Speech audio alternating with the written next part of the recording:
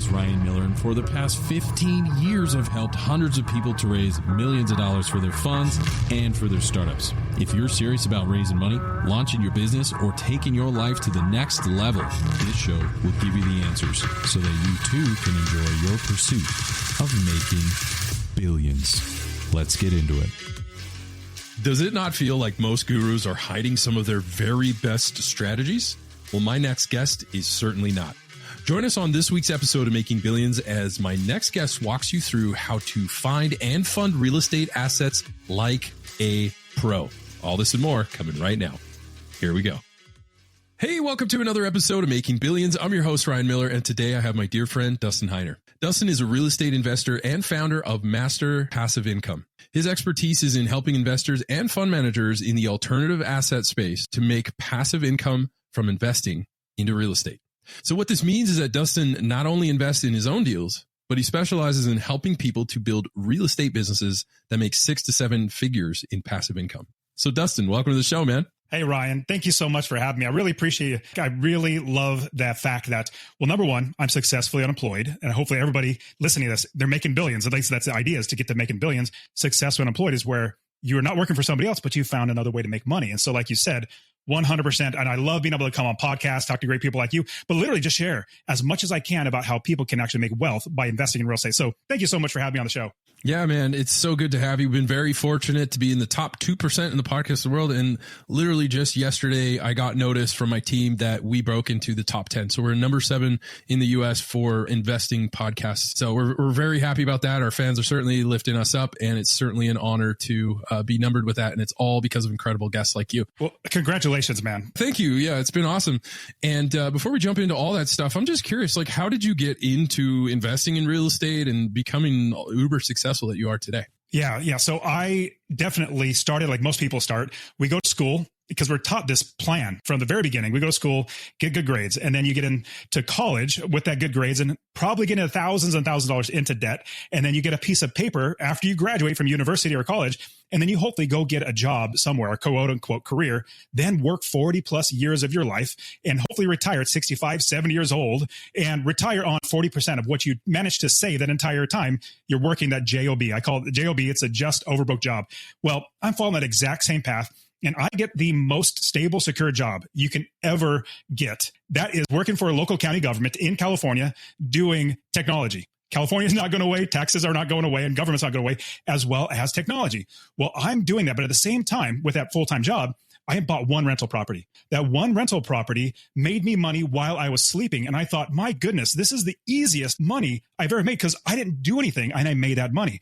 Then I'll quickly jump into how I got shoved or like just shoved right into in real estate investing. Well, I knew I needed to be an investor. I knew that's something I needed to do, but life started getting in the way, right? And you know how it is when you start having kids, life starts getting in the way. I took my eye off the ball. Well, by the time my wife had our 4th child, I'm still working that sit-down desk job. I got a call from my boss's secretary, like the top dog, on a Friday at 3:30 in the afternoon. And she says, Dustin, would you please come to the office? I said, sure. And then I hung up the phone. And I paused for a second and thought, why in the world did they call me to the office? Like, this isn't normal. And I've seen plenty of movies. This is not a good sign. And I immediately shook it off. I said, there's no way there's a problem with my job, like getting laid off or anything like that. I shook it off and I got up and I walked down the hallway to my boss's office. Well, Ryan, this hallway isn't very long. In fact, it's kind of short.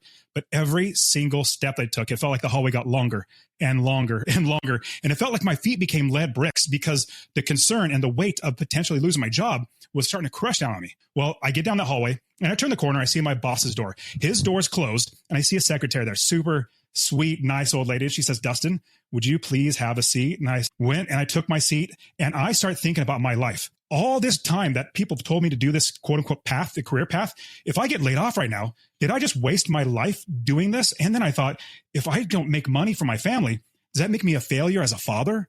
Does that make me a failure as a husband, as a man trying to provide for his family? Well, as I'm sitting there, my hands get all clammy, my forehead gets all sweaty because the nerves are just crushing me. Well, the door to my boss's office opens up. Out walks a coworker of mine with a piece of paper in her hands. She is noticeably distraught. She's not necessarily crying, but you could tell her world has just been devastated. And my boss says, Dustin, would you please come in the office? So I get up and I go into his office and I get laid off. And remember, this is the government. Nobody gets fired or laid off the government, but I did. The reason why I tell this story is because I realized two things right then and there. Well, I take that layoff notice and I sit down on my desk and I realize two things. And I want everybody else, if you're listening to this, I want you to realize this too. Well, the first one was definitely personal. I need to get another job. I need to find a way to provide for my family. I was really blessed, praise the Lord, to find another job in the same county. A different department wasn't having those same issues. So check, got that. But then after getting laid off, looking at my layoff notice, sitting in my chair, I realized no longer will I ever tell anybody when they ask me the question, Dustin, what do you do? I would reply with my job. Like, basically my value that I put on myself comes from my job. No, my value doesn't come from my job. My value comes from my God and from myself and from my family. Well, right then and there, the second thing I realized was I need to make sure that this never, ever happens to me again. I need to make sure that nobody has the ability to take away my ability to feed my family. So right then and there, I said, every time anybody asks me the question, I'm going to say, I am an investor, because I knew I needed to be an investor, but life kept getting in the way. Now, it may so happen that 100% of my money comes from my job. That's now my part-time job. I'm a full-time investor. So I'll fast forward the story. I started buying property after property after property, each one making me $250 or more. I have some properties making me $1,000, $1,500 a month in passive income. Eventually, I had 30 plus properties. And I thought, my goodness, I don't even have to work anymore. So I quit my job. And the last part of the story I want to share, if you remember that hallway that was short, but it got longer and longer and longer. Well, I walked to and from my job 1.5 miles every single day, to and from, did this for 10 years. The last time walking away from my job, I felt like I was walking on clouds because I knew I would never, ever need a job again. So everybody listening, you need to hear this, that you are worth so much more than anybody could ever pay you. And this is how you'll know. Your boss is paying you just enough to keep you working without quitting, but not so much money it takes money out of their pocket. If they did, they would go broke. So my suggestion, keep listening to the Making Billions show, because if you're thinking, how can I make billions? Eventually, you might even make millions. And then trying to get to billions, you're going to get there because you need to see what's possible. And listening to the show is absolutely going to help you to see what's possible. So I'll pause the story because you probably got plenty of questions. Thank you for that. And you're right, having that moment. And that's really what this show is about. For hundreds, if not thousands of years, there's always been this either for real or perceived moment where the wealthy have a special language and we had religion times where only the priests could speak a certain language and only they could access certain knowledge and all of these things. And now that language has gone from Latin to accounting. And that knowledge of finance and investing and making millions and making billions and walking away from your job and no longer having somebody tell you whether you can pay for your family's groceries or not.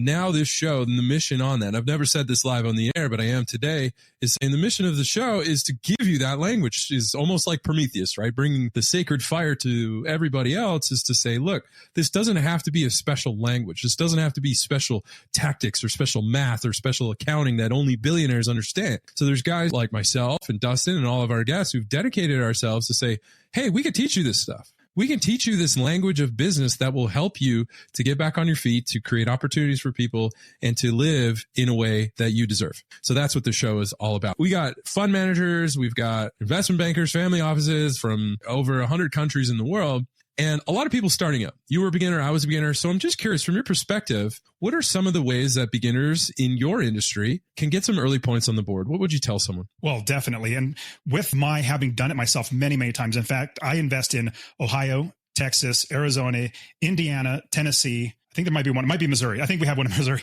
too, but I invest all over the country, and I've done it so many times because the biggest thing, if you're going to get started doing this, even if you have one or two properties, you might not be doing it right. You might be, but you might not be doing it right. Here's the right way to do it. If you're going to get started, what we do is we build a business that runs itself. See, a lot of people might mistakenly think that we're investors, which we are. Don't get me wrong. We are investors. But what happens is we kind of get stuck in, we're just going to invest and then let the property run on its own. You can't do that. The reason why you can't do that is because you need to have people that run the business. You don't run the business. So if you're going to get started, my number one suggestion is to view yourself as as a business owner. More than likely, you listening to the show, you already have a grasp of what that means. But let me give you a quick example of what that means. If you're going to get started, think of a convenience store, candy bars and soda machines, all the good stuff. Well, you would not sign a lease on a location, open the doors and set a box of candy bars in there on the ground. You wouldn't do that. You go out of business in 2 seconds. But what you would do is you would build the business first. You get the gondolas, those are shelving units, all the candy bars go on, the cold storage,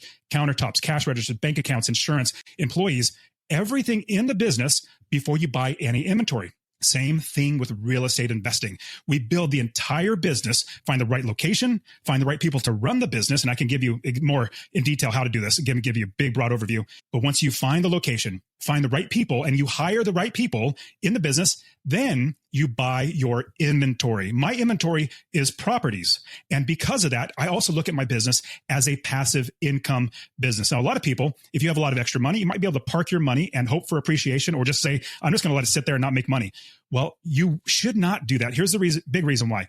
If you're going to start that convenience store, and if you can buy a candy bar for 50 cents, you would not sell it for 25 cents. If you buy it for $1, you would not sell it you would not lose money is what I'm trying to say. But what you would do is you would buy it for 50 cents, sell it for $1. But here's the great thing about real estate investing. And this is something we'll definitely get into, how to fund your properties. Let's say you didn't even have 50 cents to buy a candy bar, sell it for $1, but it took you 25 cents to borrow 50 cents. When you're out of pocket 75 cents, then you sell it for $1. You'd be thinking, how in the world can I buy more of these? I'll buy as many as I can because I could make 25 cents. So if you're going to get started, the biggest thing you need to do is realize you're a business owner and your inventory is your real estate, because you're not going to live there, but many, like thousands of other people absolutely would. I love that. And where do you go to look for good inventory? Let's talk about how to do that. And we'll get into the advanced stuff on how to fund a deal and all these principles. You want to hang in there in the end, where Dustin and I talk about funding deals and funding real estate in many different methods. But for the beginners who are listening to the show, where do you go to find inventory? What tech do you use? I love that you asked this question first, because funding and the finding. Here's the funniest thing.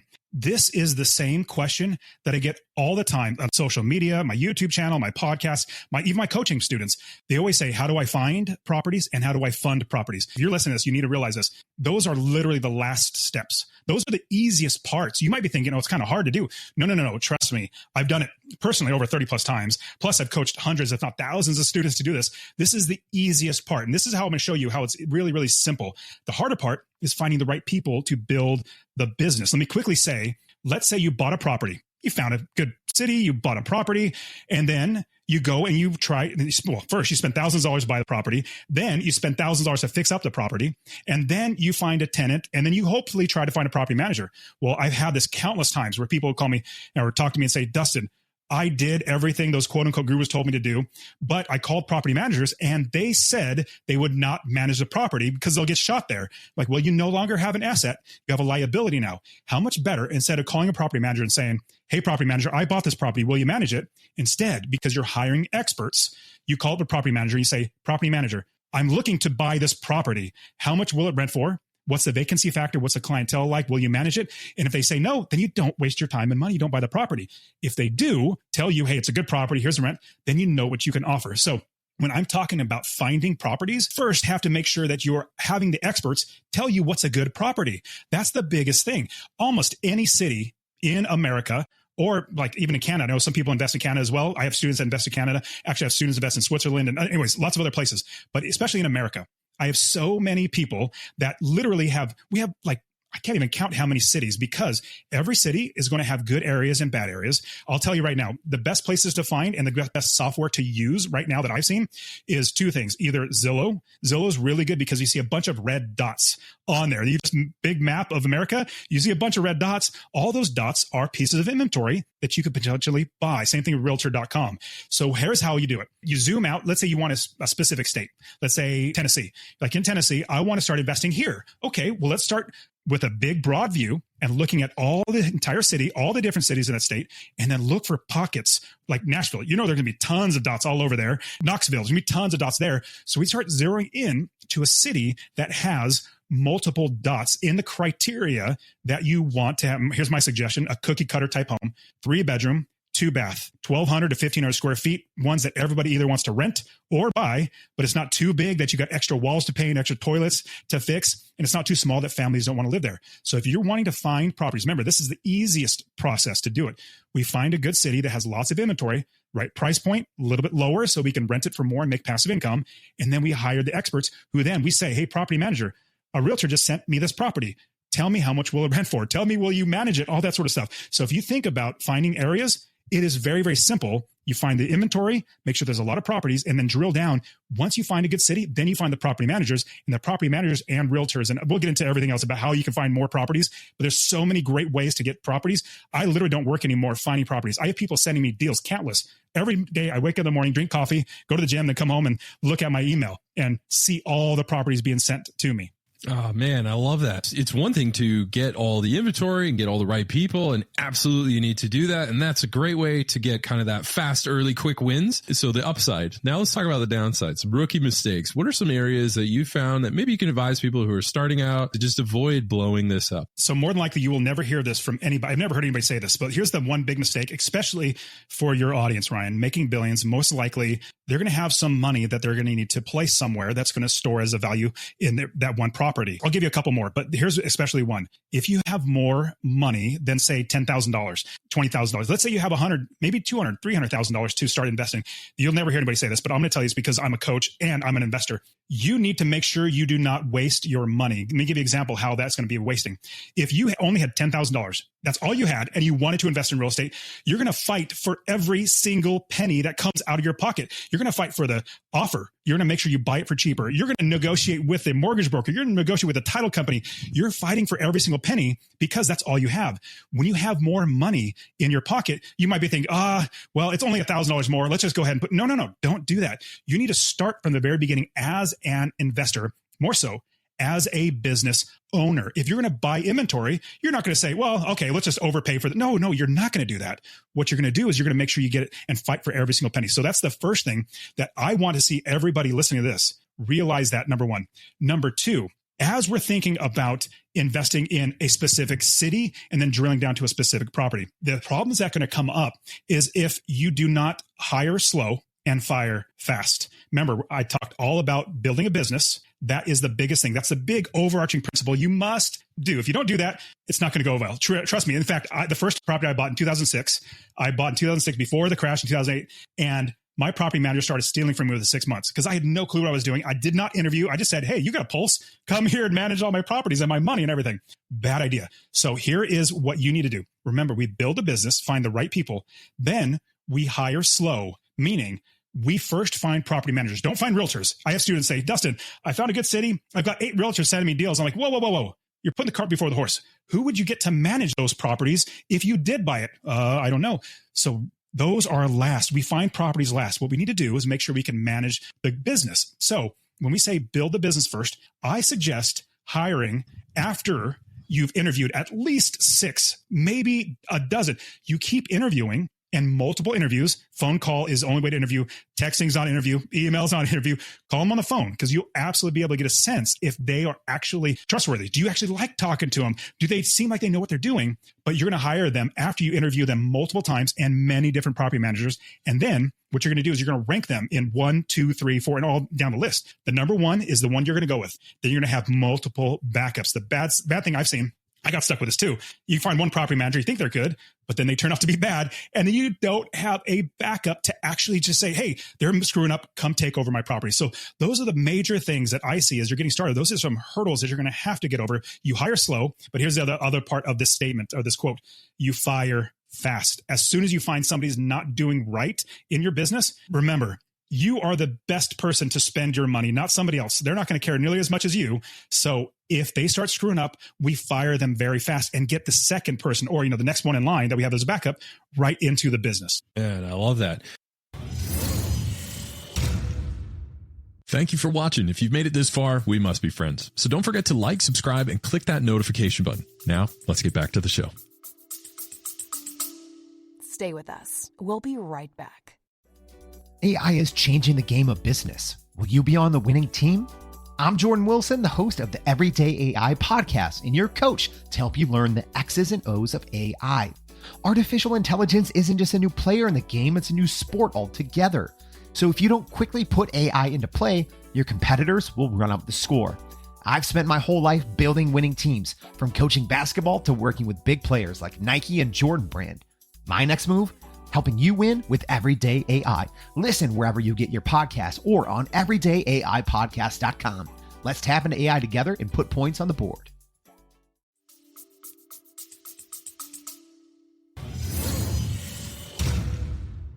You know, one area that a lot of people that I've been fortunate enough to support, especially in real estate, but any asset, is the price, the acquisition. I remember there was a rare moment early in my career where I actually got to spend time with the Oracle of Omaha, Warren Buffett. No way. I would pay money to actually go and work for Warren Buffett because of what I would learn, the knowledge, as well as the connections. Wow, that's awesome. Thank you. Yeah, I was fortunate enough to go there through a connection. He gave a lot of pearls of wisdom, but one of the things he said was, I make money when I buy, not when I sell. So I'm wondering, you know, based on that wisdom, and I think that would resonate with you, can you talk about some of the dangers of overpaying and how do you manage that? How do you find the right acquisition price for the assets that you buy?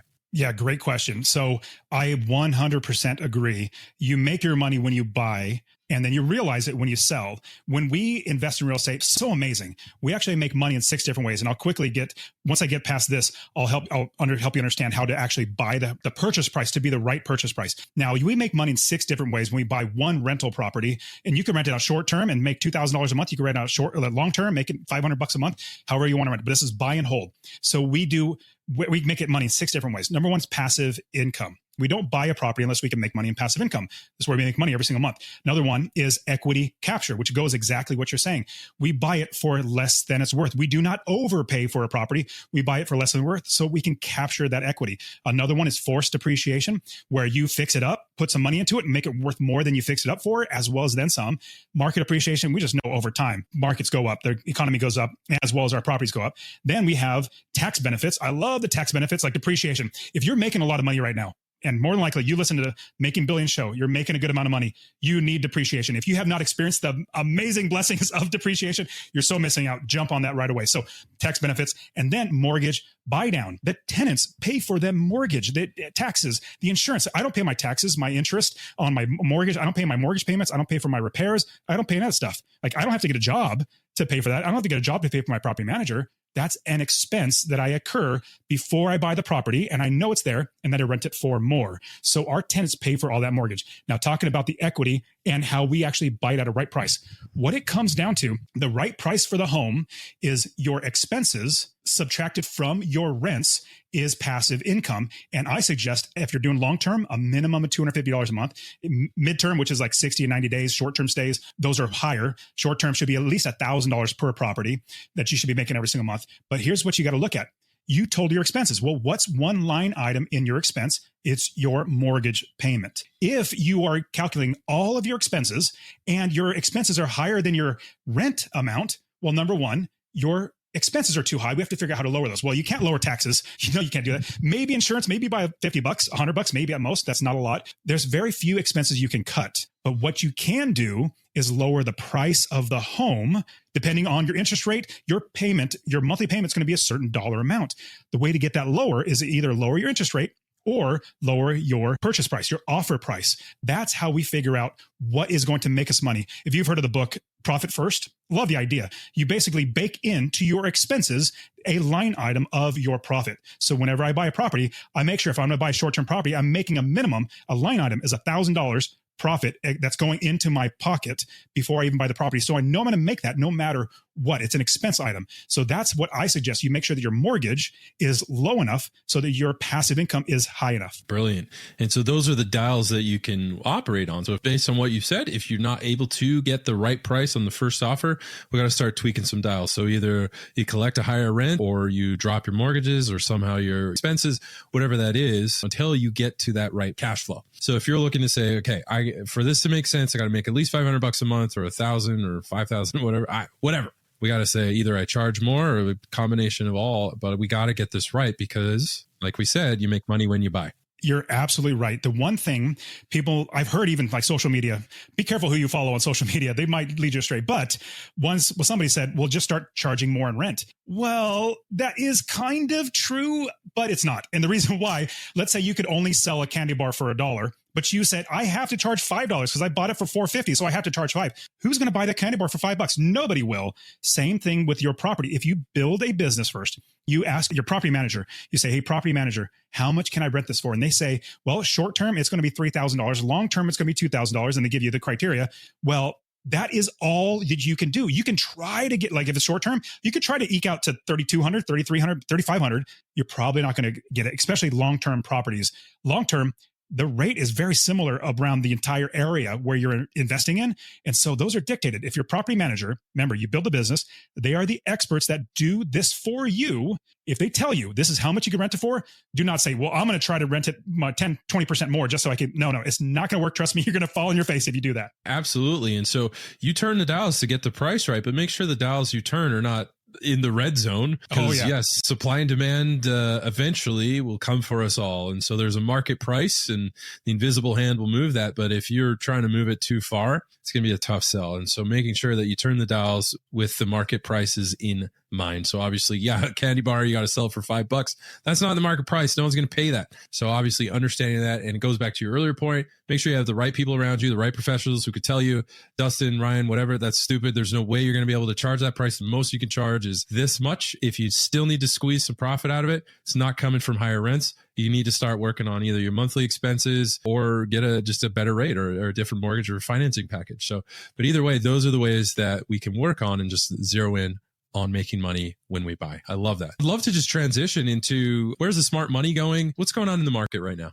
So there's a bunch of different assets. And obviously with the people that are, like, if you listen to this, more than likely, different types of asset classes that are out there. It could be storage facilities, single family homes, apartment complexes, mobile home parks, things like that. So if we're talking single family homes, and when I say single family, I mean residential, 4 units and below, different type of financing, much better than commercial loans.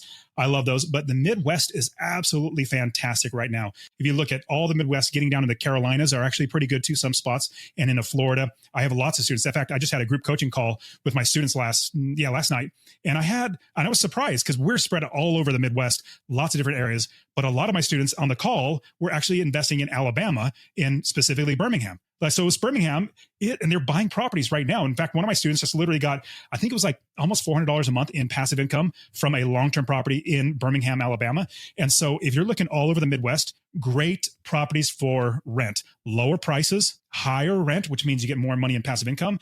And so I'm seeing really good properties for residential. Now, I would actually say, now some people might disagree with me, but multifamily or commercial properties, it's getting a little dicey right now. And so when I say dicey, meaning when you buy a multifamily, an apartment complex, the goal is to eventually exit in 4 to 5 years, because that's when your financing comes due. There's only so long that you can actually keep refinancing or selling it to somebody else. Right now, honestly, there's a lot of apartment complexes that investors that I know are having trouble. They're having capital calls, which you probably know what a capital call is, where they're actually asking for more money because the properties are losing money. So here's my suggestion. I personally would sit on the sidelines for multifamily because those will start calming down, but single family home, residential 4 units and below, you can do a lot better with offering lower, because you never know what issues somebody might have, or they might just be, hey, grandma just died, we're selling this house.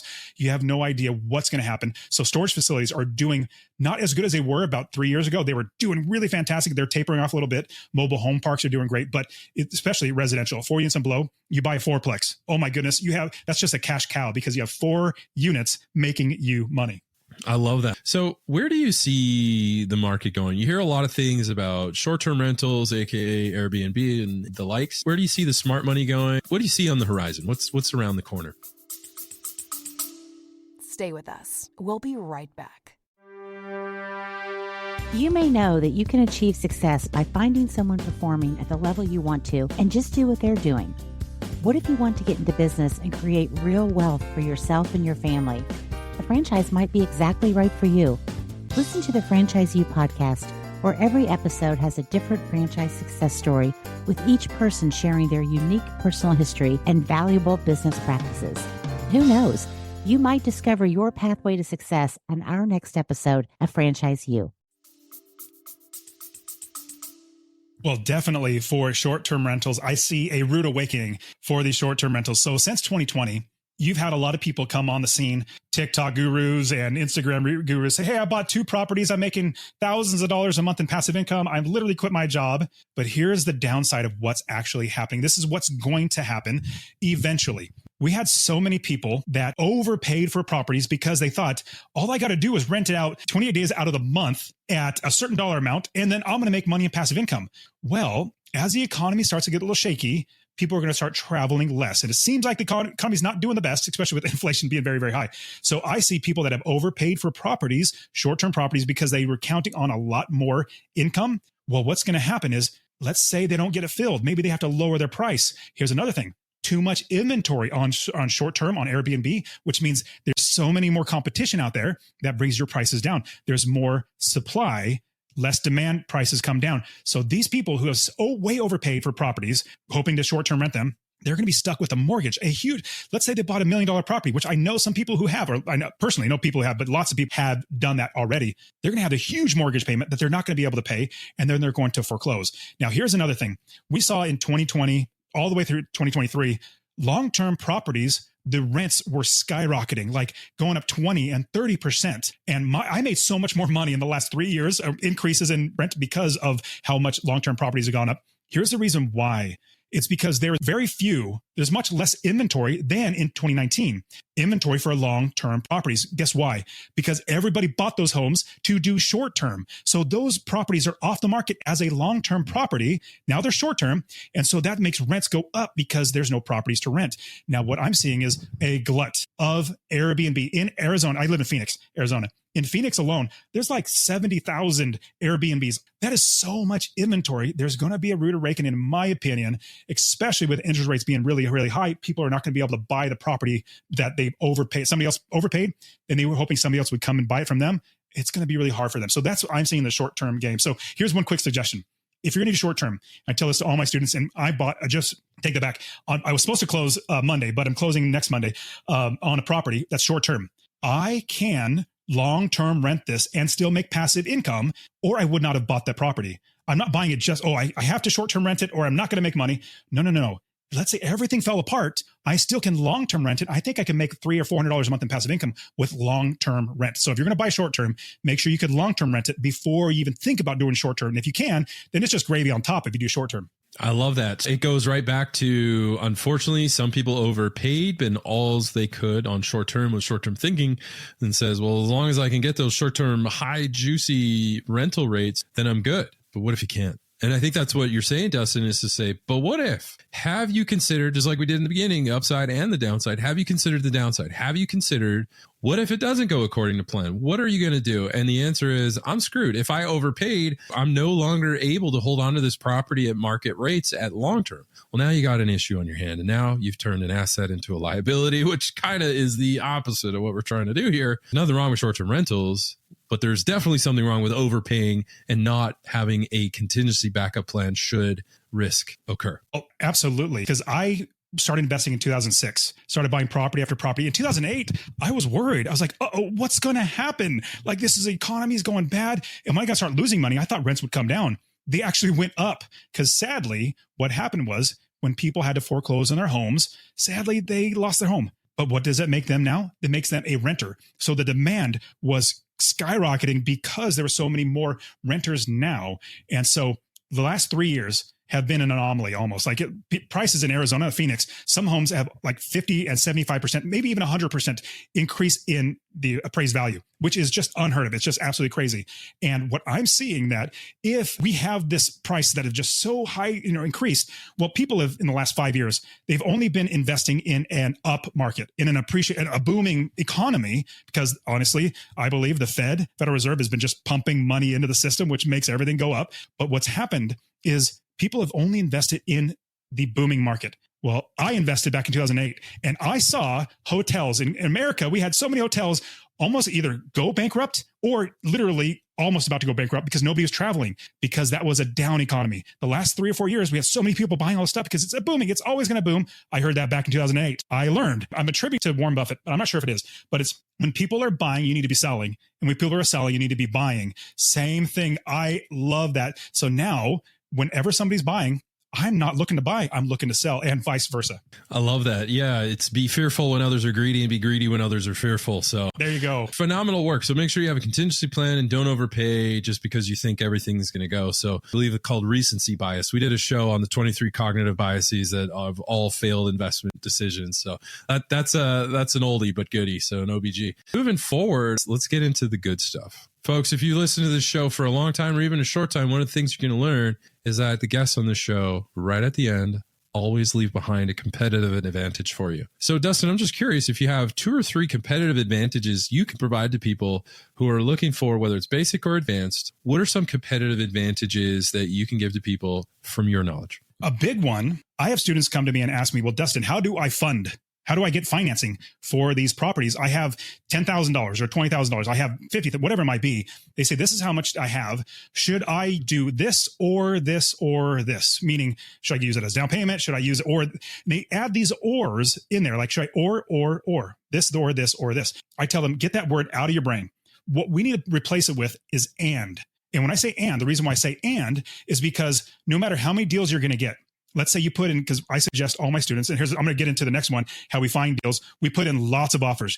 At one time, I literally got like 3 properties under contract. One of my coaches at Master Passive Income, he literally had 4 properties under contract at the same time, had to figure out how to finance them. So finding the properties is not hard. Now, funding the property, as soon as I explain all these ways that we've used to get financing for properties, you're like, oh, that makes sense because it's common sense, or it makes sense because it's very, very simple. But what I want you to now do, instead of thinking, or should I use this or this, think of and. It's called creative financing. We get creative in all of our financing. We couple different things together. And before I get into them, I'm gonna give you just a second.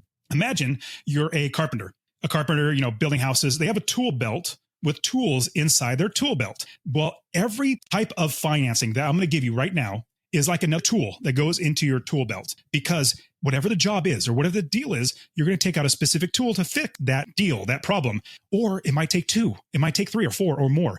Our competitive advantage is that we have so many ways, 15 different ways. The first way is all cash. We all know easily all cash. Well, if you have all cash, well, here's the great thing. It doesn't have to be your cash, which I'll get into in just a minute, but it can be all cash. My very first property, when I bought in 2006, it's called a BRRRR method. Basically, you buy a property with cash, then you fix it up. The R is rehab it. Then you get it rented, then you refinance it, and then you repeat it. So you basically put the money in for cash, pull it out, and then put it back in your pocket, or go back to buying another property. I'll give you a quick example of how that looks. I had a student up in Sacramento. His name's Benjamin. He's a pastor. Pastors don't make very much money at all, but he did have a property. And he said, I want to invest in real estate. So I coached him. He got a home equity line of credit, which is another tool that we're going to have is a home equity line of credit on his property. We took out, I think it was like 80% total. So he had like $200,000 to play with. He bought a property. It was a single family home, then used his HELOC to buy it. And then he refinanced it 6 months later, pulled the cash out, paid off his home equity line of credit, and then he has it all over to it again. Now he has this second property in Alabama that literally has no money of his own in the deal. So HELOC's another one. Home equity refinance, where you just refinance. You pull a cash out refinance. I've literally done that countless times, Ryan. It's so funny how many times I've done it, because I know my business, just like that candy bar analogy. I knew I could sell it for $1. I'm like, how much? I got to borrow money for every single way, which gets into me. Another one is I've literally used a credit card. Now, this is advanced strategy, definitely advanced strategy, but I used a credit card. I did the cash advance to use as a down payment, bought the property. And I remember it's a business. So I accounted for that expense of that credit card before I bought the property. And then now that credit card's paid off. I made money every single month because remember, that's an expense I make sure I account for. I made money and I still own that property. The credit card's gone. Conventional loans are absolutely amazing. You can jump right into commercial loans, but they're 5-year loans. Then you have to refinance. So if you can get as many as you can in a conventional loan, that's by far the best. 30-year fixed. As soon as it's done and paid off, you have the property free and clear. You still have to owe taxes. The government always owns everything. So that's another one. Another one is delayed financing. I love delayed financing. So think of the BRRRR strategy I just explained. Well, let's say you got that money out faster than 6 months, because usually a seasoning period is 6 months for a bank to refinance the property. Well, let's say you took it out in 2 weeks, or maybe 3 weeks or 4 weeks at most. And here's how you do it. You talk to a bank before you buy the property. You say, I want to buy with cash, and then I want to refinance it before the 6 months, meaning I want to do delayed financing, which is basically getting a loan after you already own the property, after they've already appraised it in the new value, after you repaired it, and then they give you your money, just like it's delayed financing is what it really comes down to. A lot more entailed, but I could definitely walk you through that. That's definitely an advanced strategy. I've also used FHA loans. An FHA loan is 3.5% down, Federal Housing Administration loan. I've coached so many students to buy a duplex with an FHA loan, 3.5% down, live in one side of the property and rent out the other one. It's called house hacking.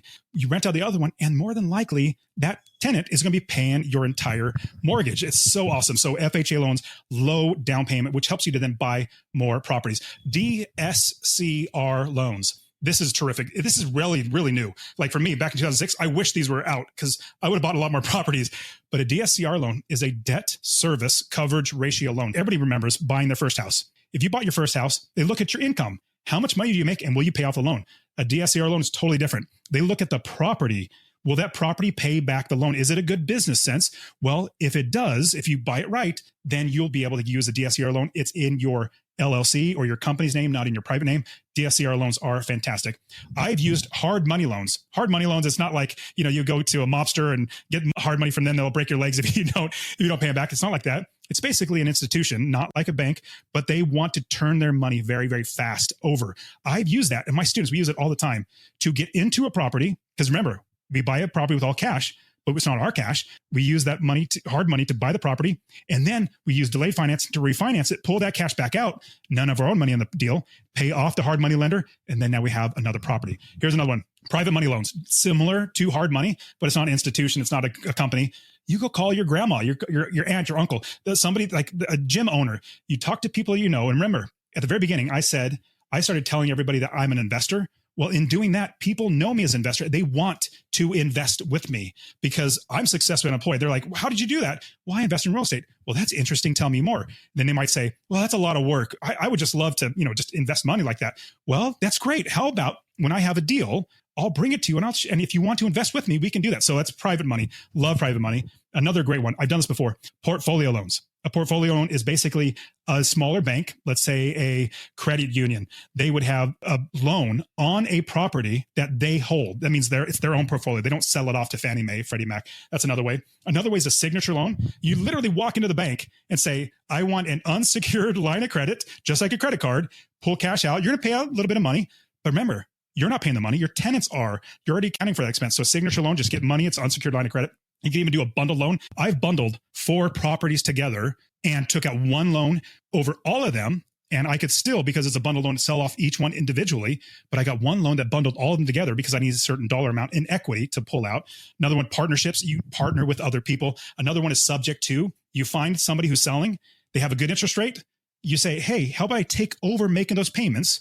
I'll give you a little money on top of that, but then I will buy it from you. That's another great way. So I probably got through 15, at least 16 now. So I can't remember all of them off the top of my head, but there's so many other great ways. Seller financing. Oh, that's another one. So seller financing is different than subject to. Subject to, you're taking over the mortgage from somebody else. Not that hard. It might sound hard, but it's not that hard. Seller financing, you just say, hey, seller, how about you be the bank? You're going to make so much more money if you be the bank and not the bank and I get a mortgage. Just think about these. These are all tools that go in your tool belt, that whatever deal comes your way, you figure out what tool fits in that slot. And then let's say it takes 4 different, let's say it takes cash, it takes private money, it also takes a signature loan and a conventional loan. You put them all together and you buy the property. Oh man, I love that. Now that's great for funding a property. But what about finding a property? We alluded to a little bit for beginners. I wonder if you could talk about some key competitive advantages you can provide people who are looking to find a property. The finding is literally the easiest. It is literally the last step in the entire building the business,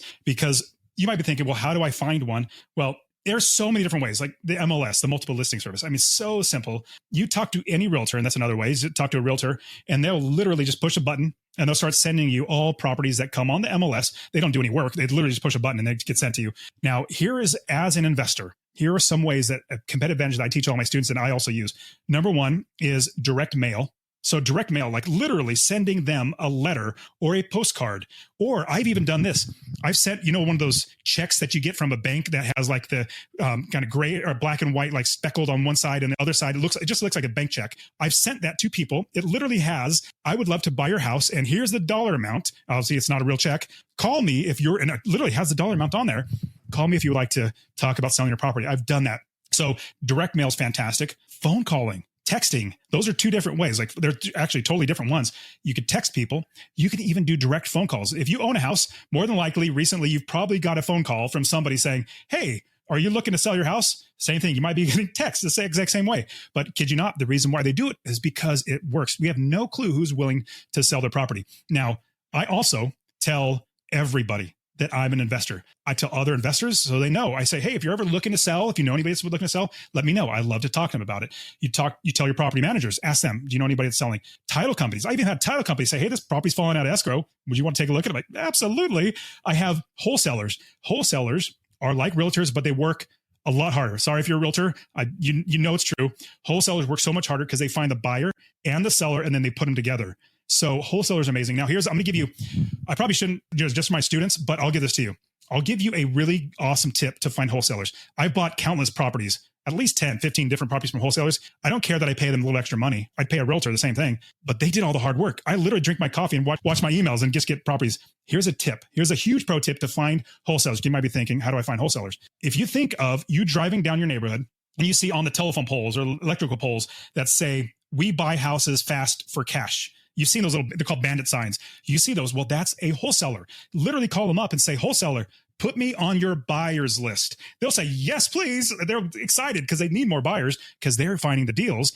That is a great way to find wholesalers. Now, you might not be living in that same area. Well, look on Craigslist or Facebook. Go and talk with, and there's another way. Go on Facebook in the Facebook groups. Look for people who are saying, we buy houses fast for cash. Those are wholesalers. Those are other investors. So honestly, this is just like the tool belt analogy. These are all tools in your tool belt that properties come directly to me, and I don't do any work other than just analyzing the property. And kid you not, hiring VAs, you can hire a VA. Just give them a simple system. Like I give all my students the green light deal analyzer. It's called a 1 minute green light deal analyzer. It takes you 1 minute. You put in just a little bit of criteria and it tells you if it's a good property or not with a green light or a red light. I just give that to my VA. The VA just literally analyzes all the properties and they come back and say, hey, all these ones fit the green light. These ones didn't. So finding is the easiest step out of all of them. I think it's hardest, but it's actually the easiest. I love that. Before we wrap things up, is there anything that you'd like to tell anybody, how to contact you, anything at all? Closing remarks. Yeah, absolutely. So actually, I have a free course I just love to give out. It's literally for free. Do you mind if I give it out to everybody? 100%. Make it Billions exclusive. Let's get it. Awesome. If you text the word rental, RENTAL, rental to 33777. Rental to 33777. I'll literally give you my course. Many people have just invested just from this one course. It's you get it. It'll show you how to find anywhere in the country to invest, how to build the business, how to scale the business to be able to get financial independence. You can even go to masterpassiveincome.com/free course. All one word, masterpassiveincome.com/free course. But you could also find me on my podcast, the Master Passive Income Podcast. It's literally 90% is just me teaching how to do this. It's literally the hows and the hows and the hows so that you can actually do this. In fact, you'll appreciate this, Ryan. So I became financially free when I was 37 years old. And then I needed a new goal. Well, I made a goal of making $1 million a year in all my businesses, but I kid you not, I got bored of it and I was not motivated by money. I just realized that about a year later, I was like, I'm not even striving for it. I changed my goal and now I have a passion for this. It's to help 1 million people to invest in real estate and hopefully become financially independent. That's what gets me out of bed. That's what gets me on these podcasts is because I love seeing people change their lives by investing in real estate. When I bought my first property, it was an accomplishment. I didn't feel fulfilled. When I quit my job, it was a great accomplishment. I didn't feel fulfilled. When my first student bought their first property, I felt so fulfilled because I helped another human being get what they want in life. And when my students quit their job or get what they want financially, I feel fulfilled. And then now that's what I'm doing. But yeah, also you can find me on Instagram, the Dustin Heiner, THE Dustin Heiner. And no, Ryan, I'm not that arrogant. It's just the only handle I can come up with, but Dustin Heiner. Reach out to me. I love answering DMs on there with people and just helping as many people as I can. But I really appreciate this, man. This has been a lot of fun. Yeah, it's been great. You've been spitting some wisdom. So just to summarize everything that we talked about, the competitive advantages, if you have to go back and rewind and listen to it, you absolutely should, because there was a ton of competitive advantages in there. But just to summarize, get good at funding your properties, get good at finding your properties. You do these things and you too will be well on your way in your pursuit of making billions.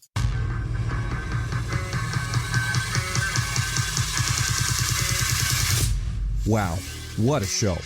I hope you enjoyed this episode as much as I did. Now, if you haven't done so already, be sure to leave a comment and review on new ideas and guests you want me to bring on for future episodes. Plus, why don't you head over to YouTube and see extra takes while you get to know our guests even better. And make sure to come back for our next episode where we dive even deeper into the people, the process, and the perspectives of both investors and founders. Until then, my friends, stay hungry, focus on your goals, and keep grinding towards your dream of making billions.